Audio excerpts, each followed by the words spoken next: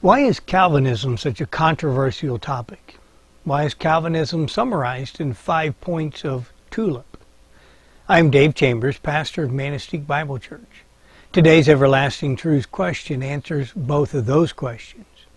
And the question I want to discuss today is, what is Arminianism? Now, Arminianism has nothing to do with the country of Armenia. Rather, Arminianism is a system of beliefs about salvation. It was formulated in the late 1500s and is named after a man named Jacob Arminius.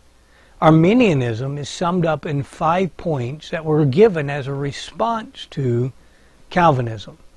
In fact, the 5 points of Arminianism are the reason why Calvinism has since been described in 5 points.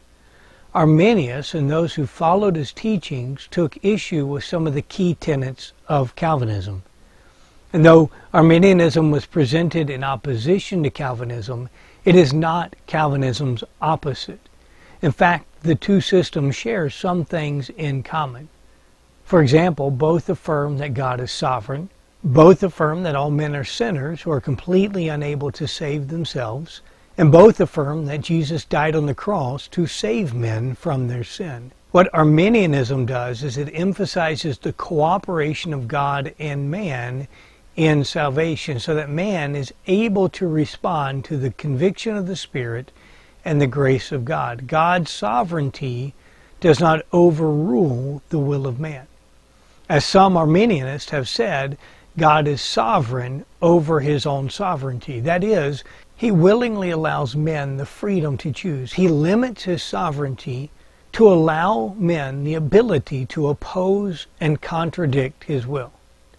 Now, Arminianism does not have a catchy acronym like TULIP, but I do want to give you its 5 major points. First, God chose to save those who would believe. So God's election is an election of a means of salvation, not of individuals for salvation.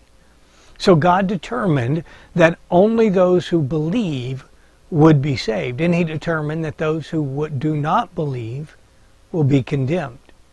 And this is known as conditional election. That is, salvation is conditioned upon belief. The second point of Arminianism is that Jesus died equally for the sin of all men. So his death was sufficient for all to be saved, but only those who believe will be saved. So Arminianism takes literally passages like John 3:16, where it says God so loved the world, and 1 John 2, when it says that Christ is the propitiation for the sins of the whole world. Christ's atonement was general in its scope. It made salvation possible for all people. However, Jesus' death does not save everyone. Only those who believe and trust him for salvation will be saved. The third point of Arminianism is that man needs the grace of God to believe. All are sinners and unable to save themselves. Sinful people cannot do any good apart from the grace of God, which means that the grace of God must work in man before anyone can believe. And though some have said otherwise, Arminianism does not teach that man naturally has the ability to believe God. Arminianism views the will of man as in bondage to sin. And so because of that enslavement to sin, no one can believe without God's grace first rescuing them from that bondage and giving them the ability to respond to the gospel. The fourth point of Arminianism is that the grace of God works in men to prepare them to believe, but the individual can reject God's grace. The person can resist the work of the Holy Spirit. This is known as resistible grace, so that God's grace does not compel anyone to be saved. He makes the offer of salvation. God gives man the ability to believe, but God does not overrule the will of men. He allows men the freedom to choose or to reject his salvation. And the last point of Arminianism says that those who turn from the Christian life thus could lose their salvation. And this is called conditional security, that the Christian must remain faithful to remain saved.